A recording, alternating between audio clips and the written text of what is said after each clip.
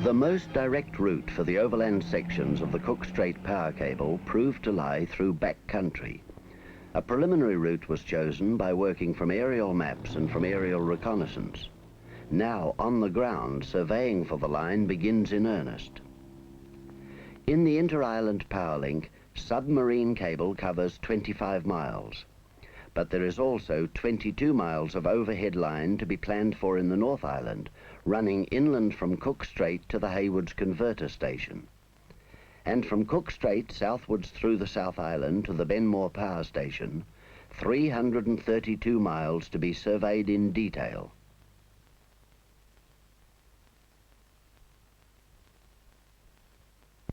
Concurrently with the survey, 10 concrete bridges have been built, not only to give access for construction of the line, but also for maintenance when the line is in service. In addition to bridges, 270 miles of special roads are needed. Additional spur roads are run to transmission tower sites. At Port Underwood, a coastal road has been built to county standards to permit later use by the public. Other preliminary costs include 15 work camps. The northernmost special road in the South Island, 332 miles from its source at the Benmore Power Station, the direct current is to run down to the sea at Fighting Bay to connect with the 3 submarine cables. All along the 354 miles of land routes, erection of each tower starts with the digging of 4 holes for the corner foundations. On sites that are difficult of access, digging is by hand. Most foundations, however, are dug mechanically.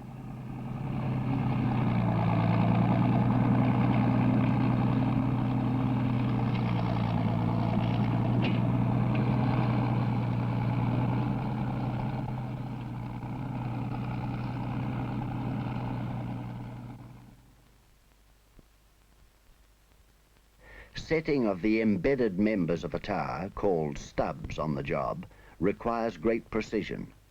Any difference of level between these steel foundations would make the tower hard to assemble. Furthermore, difference of level would cause uneven stresses and lead to weakness in service.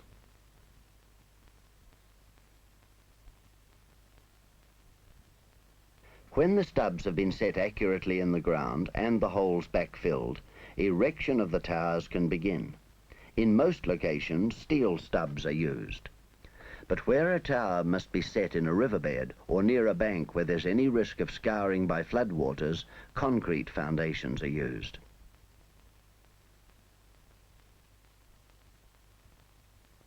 Each of the 4 corner foundations is cast in concrete over the heads of a group of 3 concrete piles.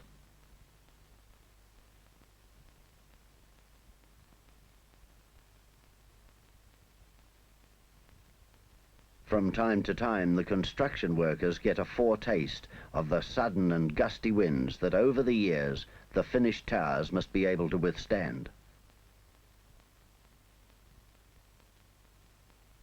At 3 points along the route, steel yards have been established. Arriving in bulk from overseas, the steel is sorted into tower lots before being loaded for the construction sites.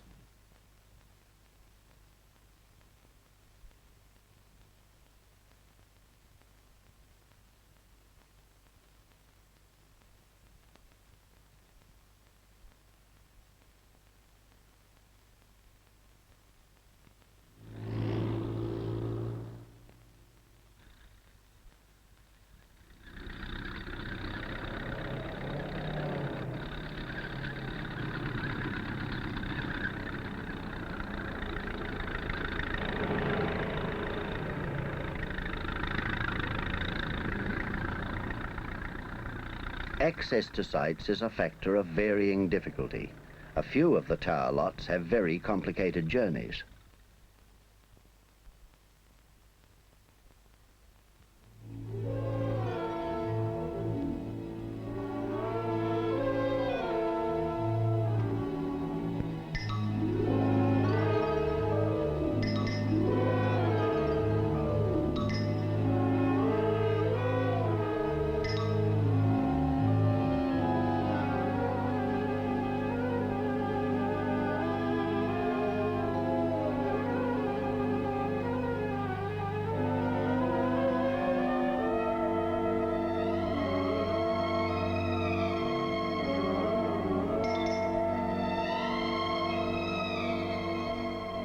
Starting out from the Benmore dam site, the southern overhead line climbs the rugged hills on the left bank of the Aapg River. From the Aapg, which forms the Otago border, towers must be built through the whole length of Canterbury and Marlborough provinces before reaching Cook Strait. At the Benmore end, cold winds coming down the Aapg Valley from the Alps do not make work any easier.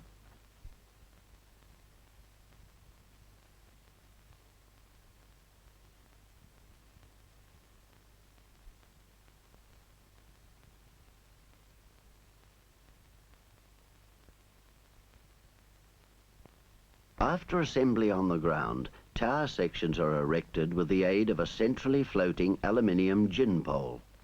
In rough country, this is easily brought to the site in sections. With its aid, an experienced crew of 6 can erect a tower in from 4 to 6 hours, unless, of course, the men are hindered by adverse weather. At another site above Hanmer in North Canterbury, an arm is being pre-assembled.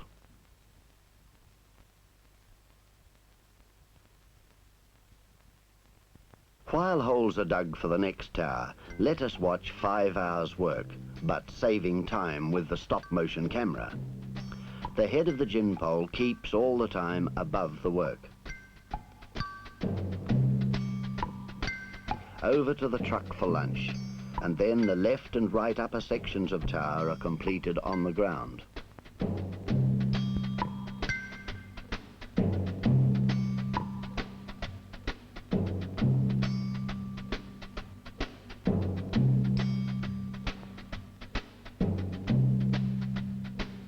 The gin pole has provided lift and support all the way up the tower. It comes out to go on to the next assembly site.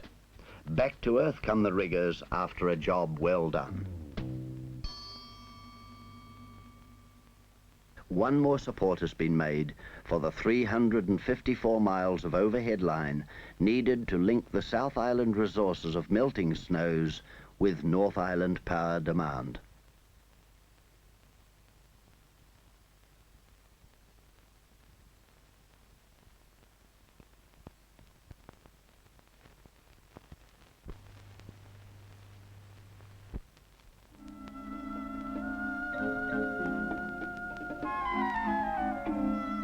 First step in the tension stringing of overhead conductors is the pulling out of a steel wire haulage rope. This is usually done by tractor, but on very steep country, the wire rope from the tractor must be taken across gullies by hand.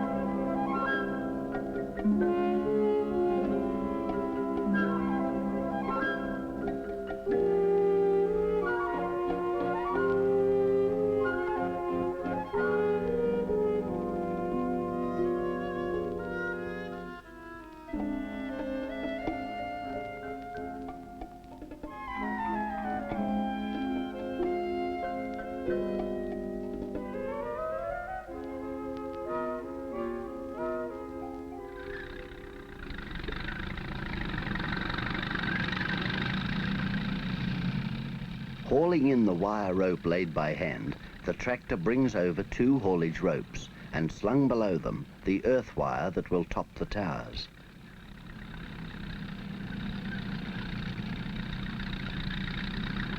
The haulage ropes are threaded over running blocks which are hoisted to each tower.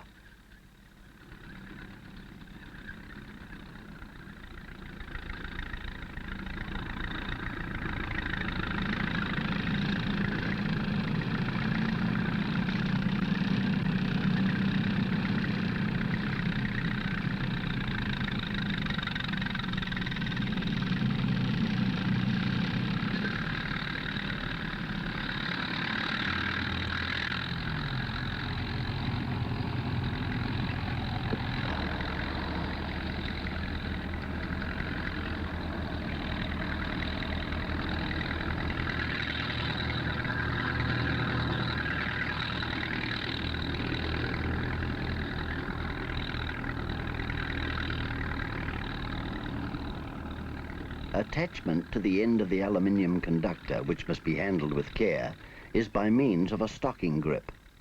After the conductors have been threaded through the tensioning machines, they are linked to the outward ends of the haulage ropes.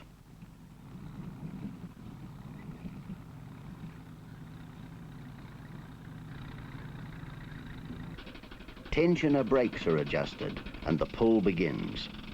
Pulls are usually of 2 miles, but maybe 3 miles or 4. As well as having water-cooled band brakes, the tensioners have some energy absorbed by air compressors, which can be driven by the rotating bull wheels. The stands on which the conductor reels are mounted have a light braking system. Thus, some preliminary tension is given to the conductor before it enters the bull wheel of the tensioner.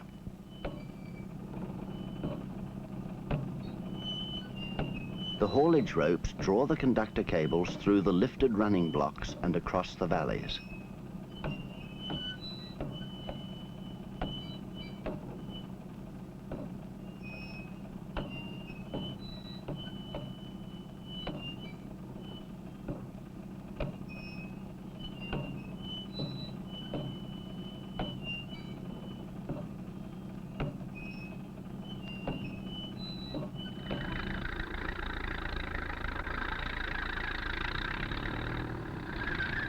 As each haulage rope comes in, it is automatically taken up on a reel winder, ready for reuse in the next pull.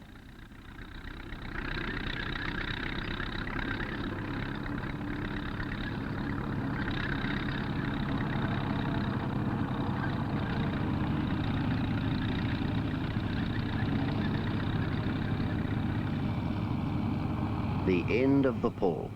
Conductor cable is supplied in 1 mile lengths. For joining lengths, double-ended stocking grips are used. A single stocking grip is used at the pulling end.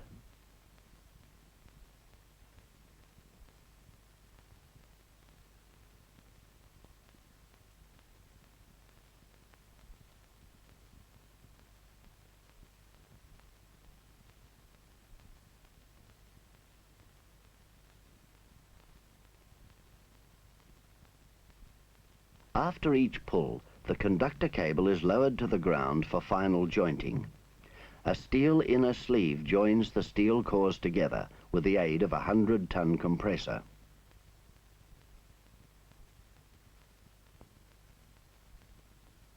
Both motorized and hand compressors are in use.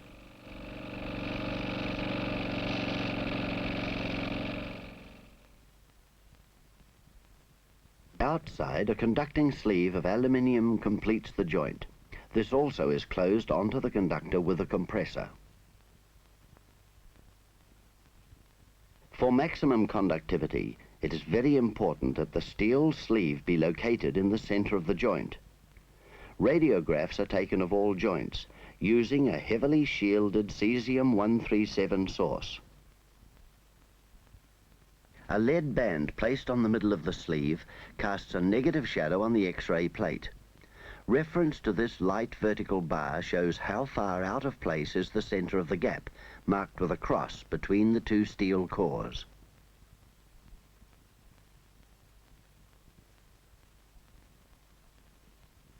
The steel core within the conductor cable consists of 7 wires. It carries 76 aluminium conducting wires wound in 4 more layers. The correct sag of the conductors has to be fully calculated for spans between towers. Allowance must be made for the temperature at the time of sagging and also for future creep.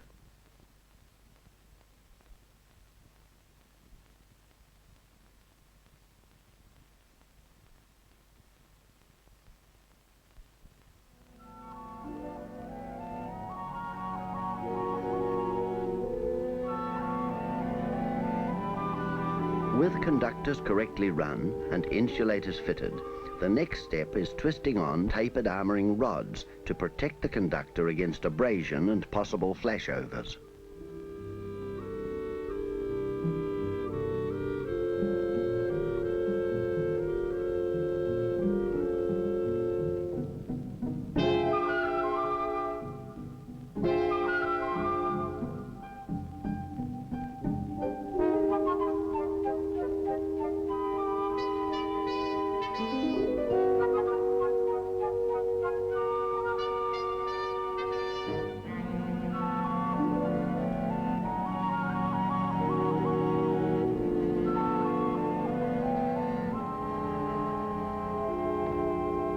Some of the crews fitting armouring rods prefer to work from suspended ladders. Others, with fewer acrobatic ambitions, prefer a suspended platform.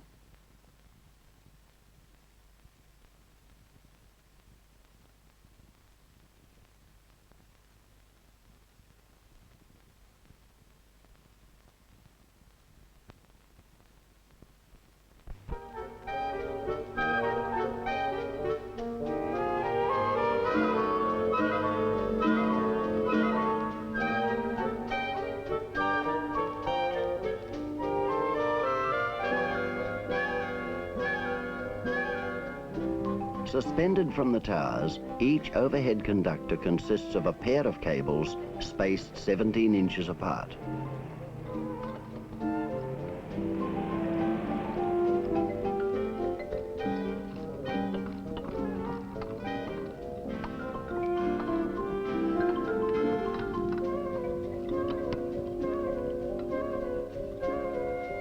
The twinned conductors provide their own means of access. They can be used as a pair of rails on which to run what are known on the job as go-karts.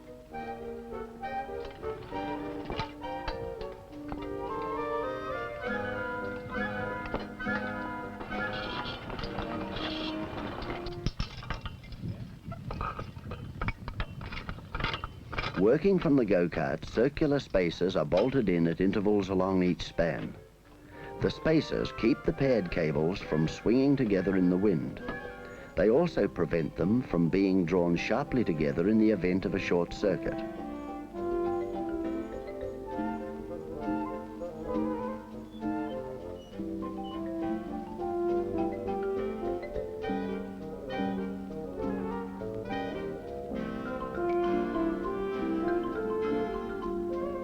Making the conductor of a parallel pair of cables reduces corona loss, but this can be reduced still further by using 3 cables equilaterally spaced.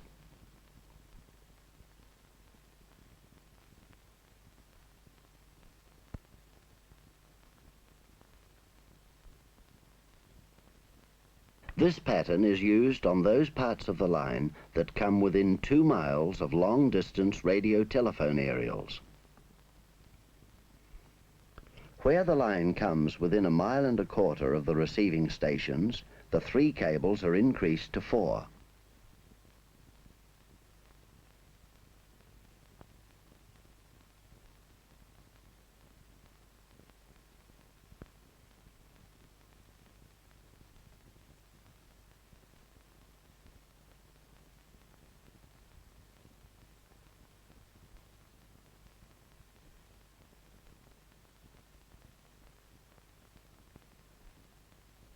About 1 mile north of Macra Beach and several miles north of the North Island landing point of the 3 Cook Strait cables, a stock of perforated concrete pipes has been assembled. Down below, a 600-foot-long trench has been cut at the back of the beach and going well below sea level. In the trench, 25 concrete pipes, each 7 feet long and 2 feet in diameter, and with many perforations to let in seawater, are set up vertically and buried in coarse shingle.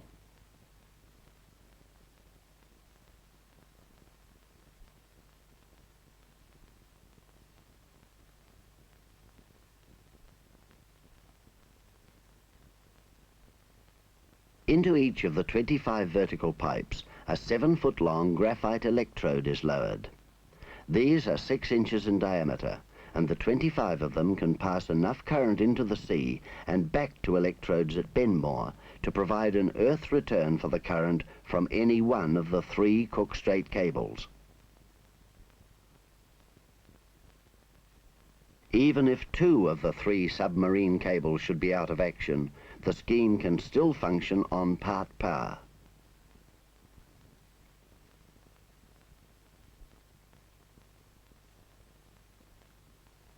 The line from the earth electrodes on the beach runs back inland under short insulators.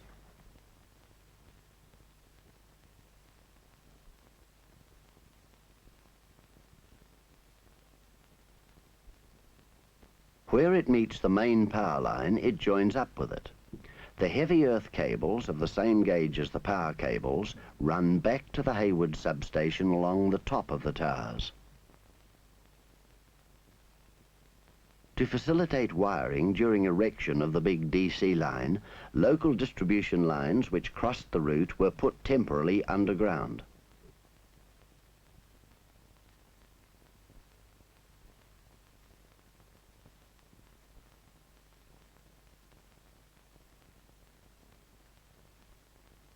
In these distribution cables, high-tension fuses were inserted according to local requirements.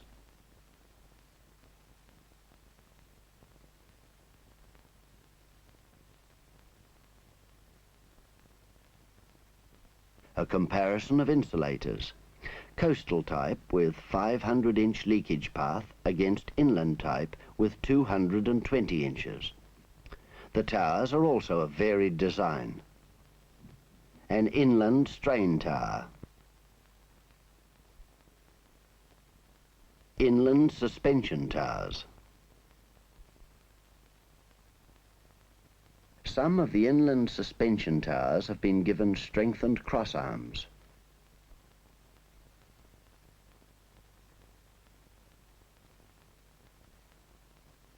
On a light angle, an armless single tower, inland type.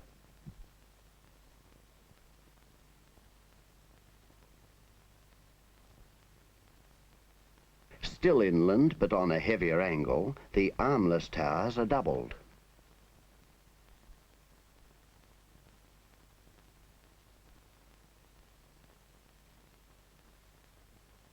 Coastal suspension towers stride through a paddock of the country's principal export. At the end of the straight row of coastal suspension towers, a pair of armless towers holds a heavy angle.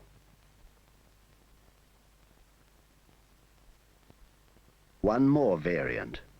Towers shortened to meet Wellington Airport requirements, and with the two cables from the earth electrodes carried, as it were, under the armpits. Designed and constructed by engineers of the New Zealand Electricity Department, the line leads 500,000 volts DC from the huge snow-fed Benmore power station in the heart of the South Island, northwards towards Cook Strait.